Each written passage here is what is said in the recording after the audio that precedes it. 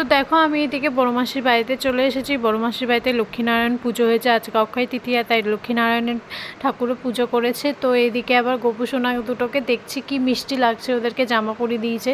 তারপরে আমি ঠাকুরকে দর্শন করে প্রসাদ খেয়ে চলে আসলাম নিচে, একটু নিচে সবার সাথে গল্প করতে চলে আসলাম। তো এদেরকে নিয়ে এখন চললাম উপরে গিয়ে এখন খেতে বসে পড়েছি। এমনিতেই দেরি করে এসেছি, সবাই রেগে আছে, আমার মা বড় মাসিরা সবাই রেগে আছে। তো দেখো এখানে আমার পাশে বসে আছে আমার বড় মাসি, খুব তো রেগে গেছিলো আমার উপরে, যেহেতু আমি দেরি করে গেছিলাম। আর ওটা আছে আমার মেজো মাসি, আর প্রথমে যে দুটো ছিল ওই দুটো হচ্ছে আমার মা আর একটা শাশুড়ি, তোমরা সেটা সবাই চেনো। তো এদিকে আমাদের খেতে বসার সময় এত বৃষ্টি পড়েছে, ভাই রে ভাই, দিয়ে কারেন্ট চলে গেছে।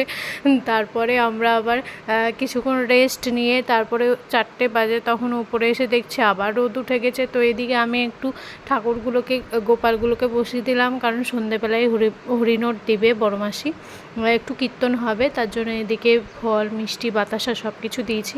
দিয়ে আমার বদ্দি বললো যে যা একটু তুলসী পাতা আর একটু জল মল দিয়াই ভোগ দিয়াই ঠাকুরকে। তার জন্য আমি এদিকে কাজ করতে চলে আসলাম। আর এটা করার পরে আমি বাড়ি চলে যাব, কারণ হচ্ছে আমাকে আর একটা জায়গাও যেতে হবে, আমার দিদা শাশুড়ির বাড়িতে, ওখানেও আমাকে অ্যাটেন্ড করতে